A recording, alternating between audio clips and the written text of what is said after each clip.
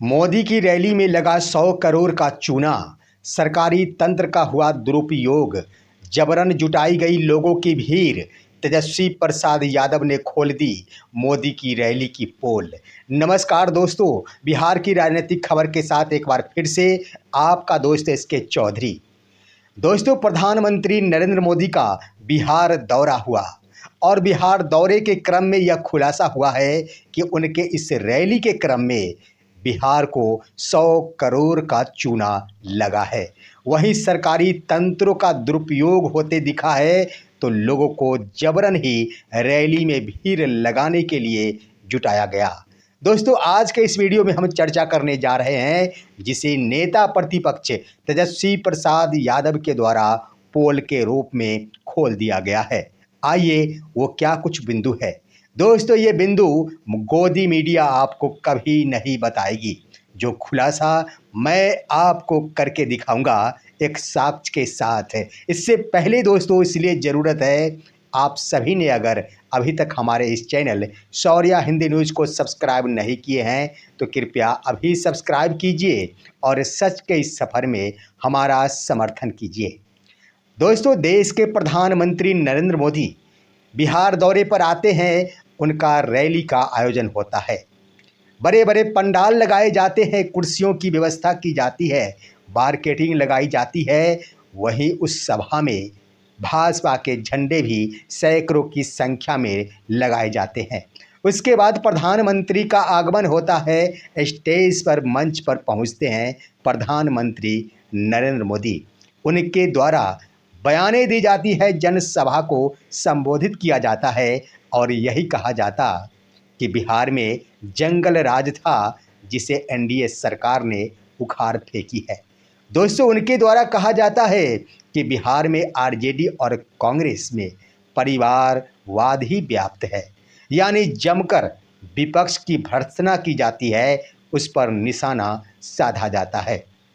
दोस्तों, इस बार भी उनके द्वारा कहा गया कि बिहार के जंगल राज को आज के युवा सिर्फ कहानी के रूप में, इतिहास के रूप में सुनते होंगे। उन्होंने खुली आंखों से देखा नहीं होगा क्या व्यवस्था थी और हमारी एनडीए की सरकार ने उसमें बदलाव किया। दोस्तों, माना उनका यह संबोधन था और संबोधन के क्रम में राजनैतिक दृष्टिकोण से यह प्रक्रिया राजनीति में बराबर ही देखने को मिलती है। वार पलटवार राजनीति का एक क्रम होता है, निशानेबाजी एक क्रम होता है, एक दूसरे पर निशाना साधना पार्टियों का एक अपना लक्ष्य होता है, जिसे ही राजनीति कहा जाता। लेकिन सवाल उठता है दोस्तों यहाँ पर कि यह पार्टी विशेष का होता है। पार्टियों का ही कार्य होता है कि अपने खर्च से एक दूसरे पर वार पलटवार करे, एक दूसरे को निशाना बनाए, एक दूसरे की खामियों का उजागर करे। लेकिन सवाल उठता है कि जब किसी पार्टी के द्वारा अपनी पार्टी की हित साधने की कोशिश की जाती है, अपनी पार्टियों की तरफ आम जनता के झुकाव के लिए ये तमाम कार्यक्रमों का आयोजन किया जाता है, तो आखिर सरकारी खर्च क्यों?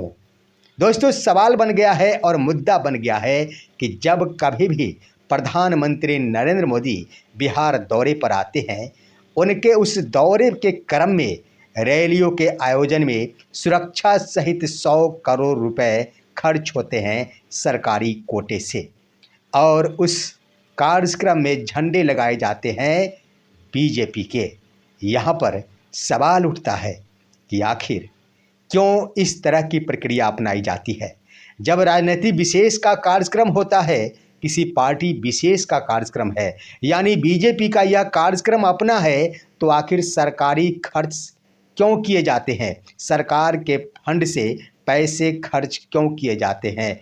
ये खुलासा नेता प्रतिपक्ष तेजस्वी प्रसाद यादव ने प्रेस कॉन्फ्रेंस में की है। दोस्तों, इतना ही नहीं दोस्तों, सरकारी तंत्रों का भी दुरुपयोग किया जाता है। जितने भी सरकारी तंत्र है, उनका ये कार्य नहीं होता कि कोई पार्टी विशेष के लिए कार्य करे।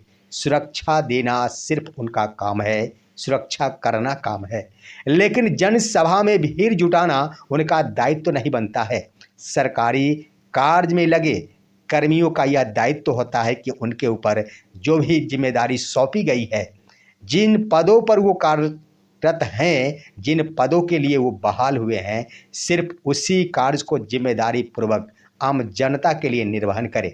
लेकिन देखा गया है बिहार की एनडीए सरकार में, और ख़ास तौर पर जब मोदी की रैली होती है, उसमें सरकारी तंत्र का दुरुपयोग किया जाता है। दोस्तों, सरकार के विभिन्न विभागों के कर्मचारी को रैली के आयोजन हेतु प्रतिनियुक्त कर दिया जाता है, भीड़ जुटाने के लिए प्रतिनियुक्त कर दिया जाता है, साथ ही साथ अन्य कार्यों के लिए राजनीतिक दृष्टिकोण से इनका दुरुपयोग किया जाता है। यानी सरकारी तंत्र का सदुपयोग नहीं, दुरुपयोग किया जाता है। दोस्तों, इस क्रम में ये तमाम बातें मैं नहीं कह रहा हूँ, ये तमाम बातों का खुलासा बिहार के नेता प्रतिपक्ष और मुख्यमंत्री पद के चेहरे के रूप में, जिन्हें आरजेडी के तरफ से घोषित किया गया, नेता प्रतिपक्ष तेजस्वी प्रसाद यादव ने प्रेस कॉन्फ्रेंस जारी कर कही है। दोस्तों, तेजस्वी प्रसाद यादव क्या कहते हैं इन मुद्दों पर, आइए जरा देखिए इस वीडियो में। मोदी जी के भाषण से किसी का पेट नहीं भरता है, ना ही किसी को रोजगार मिलता है। आश्चर्य की बात है कि पूरे प्रशासन को ये कौन सा कार्यक्रम था, हम पूछना चाहते हैं। ये सरकारी कार्यक्रम था प्रधानमंत्री जी का कि पॉलिटिकल कार्यक्रम? खर्चा तो सरकार का हुआ, लेकिन दिखा है एक पॉलिटिकल रैली के रूप में। सरकारी कार्यक्रम में बीजेपी का झंडा, जिस गाड़ी में आते उसमें बीजेपी का झंडा, और जब भी प्रधानमंत्री आते हैं तो लगभग 100 करोड़ रुपया बिहार के लोगों का उनके पॉकेट से खर्च होता है। बिहार गरीब राज्य जैसे सरकार का खर्चा प्रधानमंत्री जी के अरेंजमेंट में होता, चाहे टेंट का हो, ट्रांसपोर्टेशन का हो, भीड़ जुटाने का अधिकारी लगे हुए हैं 500-500 रुपया दे करके बीजेपी के लोग, उसका हो। 5 बार हेलीकॉप्टर से आए और गए सम्राट चौधरी जी, प्रधानमंत्री जी के इंतजाम में अधिकारियों को ले गए, उसका खर्चा लगता है। उनकी सुरक्षा में जो है उसका खर्चा लगता है। यानी कम से कम जब भी प्रधानमंत्री आते हैं तो 100 करोड़ रुपया बिहार की जनता के पॉकेट से, बिहार के लोगों की कमाई चली जाती है। आपने देखा दोस्तों, जी के भाषण से किसी का पेट नहीं भरता है, से यह बड़ा आरोप लगा दिया गया कि जब भाजपा अपने तरफ से अपने पार्टी का प्रचार कर रही है तो सरकारी रुपयों का खर्च क्यों होता है। उन्होंने कह दिया है कि जब कभी भी प्रधानमंत्री आते हैं, बिहार के उप मुख्यमंत्री सम्राट चौधरी जहाज का सफ़र करते हैं। 5 बार उन्होंने प्लेन का सफ़र की और उसके बाद उस रैली में पहुंचे हैं जो सरकारी खर्च से गए हैं। आखिर क्यों? सवाल तो बनता है दोस्तों, जनता की सरकार है, आखिर प्रधानमंत्री है तो प्रधानमंत्री जनता के लिए है। एक बात मैं कहना चाहूँगा दोस्तों, जो बातें जो वार पलटवार प्रधानमंत्री को प्रेस कॉन्फ्रेंस जारी करना चाहिए, उस वार पलटवार को प्रधानमंत्री प्रेस कॉन्फ्रेंस जारी कर नहीं, एक सभा का आयोजन कर ही करते हैं। आपको मैं बताते चलूं दोस्तों कि 11 वर्षों के कार्यकाल में प्रधानमंत्री नरेंद्र मोदी के द्वारा एक बार भी प्रेस कॉन्फ्रेंस जारी नहीं किया गया है। पहले देश के प्रधानमंत्री हैं जिन्होंने कभी प्रेस कॉन्फ्रेंस जारी नहीं किया है। दोस्तों, उनके द्वारा सभा में लाखों और करोड़ों खर्च किए जाते हैं और उस खर्च के बदौलत ही उनके द्वारा राजनीतिक गोटी साधी जाती है। दोस्तों, यहीं पर मुद्दे समाप्त नहीं होते। आपको मालूम है कि पिछली बार जब प्रधानमंत्री नरेंद्र मोदी पटना दौरे पर आए थे, पटना का वह दौरा फ्लॉप हो गया था, क्योंकि दोस्तों सभा में कुर्सियां खाली रह गई थी और जमकर उस सभा की तारीफ नहीं दोस्तों, आलोचना हुई थी कि बिहार के एनडीए के नेताओं के द्वारा आखिर कैसी राजनीति की गई कि आम जनता एक प्रधानमंत्री के सभा में उपस्थित नहीं हो सके। दोस्तों, इसके लिए ही और उन बातों को भुलाने के लिए एक बार फिर से बिहार के एनडीए नेताओं की ओर से कमर कस के तैयारी की गई थी और वो तैयारी मेहनत के बदौलत नहीं दोस्तों, जबरन तैयारी की गई थी। सरकारी तंत्र का दुरुपयोग किया गया दोस्तों। आंगनवाड़ी सेविका को बुलाया गया था कि अगर आप मोदी के सभा में नहीं पहुंचते हैं तो आपके वेतन को स्थगित कर दिया जाएगा। जीविका दीदियों को कहा गया था कि आपको वहां जाना अनिवार्य है, तभी आपको मिलने वाला लाभ मिल पाएगा। इस क्रम में दोस्तों, आंगनवाड़ी सेविका क्या कुछ कहती है, जरा देखिए इस वीडियो में। बनाने के लिए आप लोग चाहते थे मोदी जी के नहीं, सभा? बिल्कुल नहीं आना चाहते। हम लोग किस लिए आए भाई? हम लोग का कोई जो भी हम लोग का जरूरत है पूरा होता ही नहीं है। हम लोग किस लिए आए? माने आपका इच्छा नहीं कोई था? इच्छा पूरा नहीं, हमारा इच्छा नहीं था। हम लोग को जबरदस्ती भेजा जा रहा है बस, और कुछ है नहीं। हाँ, आदेश मिला है कि सारा आंगनबाड़ी सेविका आम पब्लिक बन के जाएगी, ट्रांसपोर्ट में नहीं जाएगी। दोस्तों, ये सिलसिला यहीं पर समाप्त नहीं होता। मोदी के उस रैली में जबरन अन्य लोगों को भी भीड़ जुटाने के लिए तैयार किया गया था।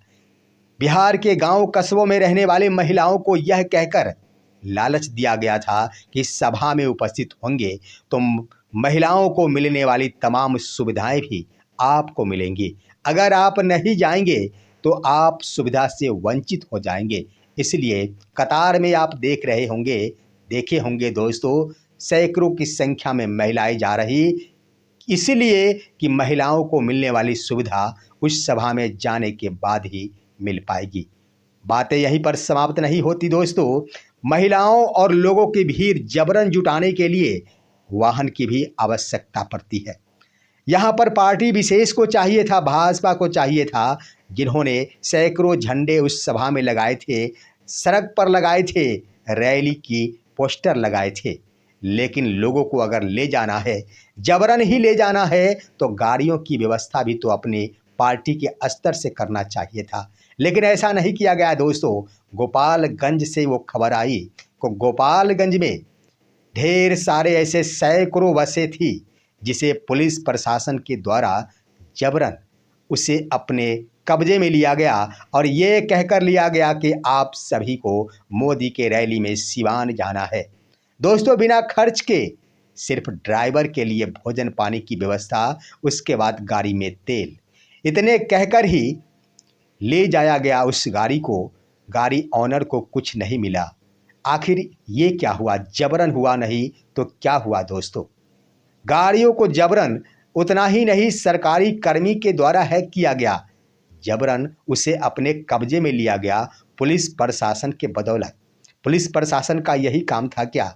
गाड़ियों की व्यवस्था करना। पुलिस प्रशासन का कार्य था सुरक्षा को देखना, प्रधानमंत्री के ऊपर कोई आंच नहीं आए, इसके लिए अपनी सजगता दिखाना। लेकिन पुलिस प्रशासन भीड़ जुटाने में लगी हुई थी। दोस्तों, ये सब तो हुआ।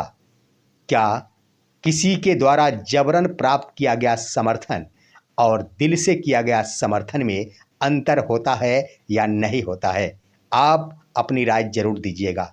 मैं कहना चाहूँगा दोस्तों कि दिल से किया गया समर्थन ही वास्तविक समर्थन होता है।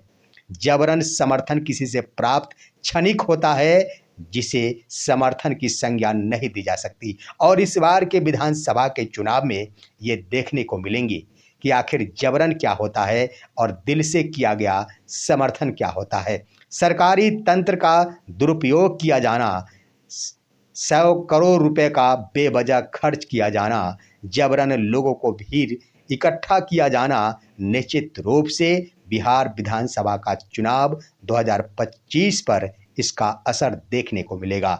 दोस्तों, हमारे इस वीडियो को लाइक कीजिए, अन्य दोस्तों के पास शेयर कीजिए और अब दीजिए अपने दोस्त को इजाज़त।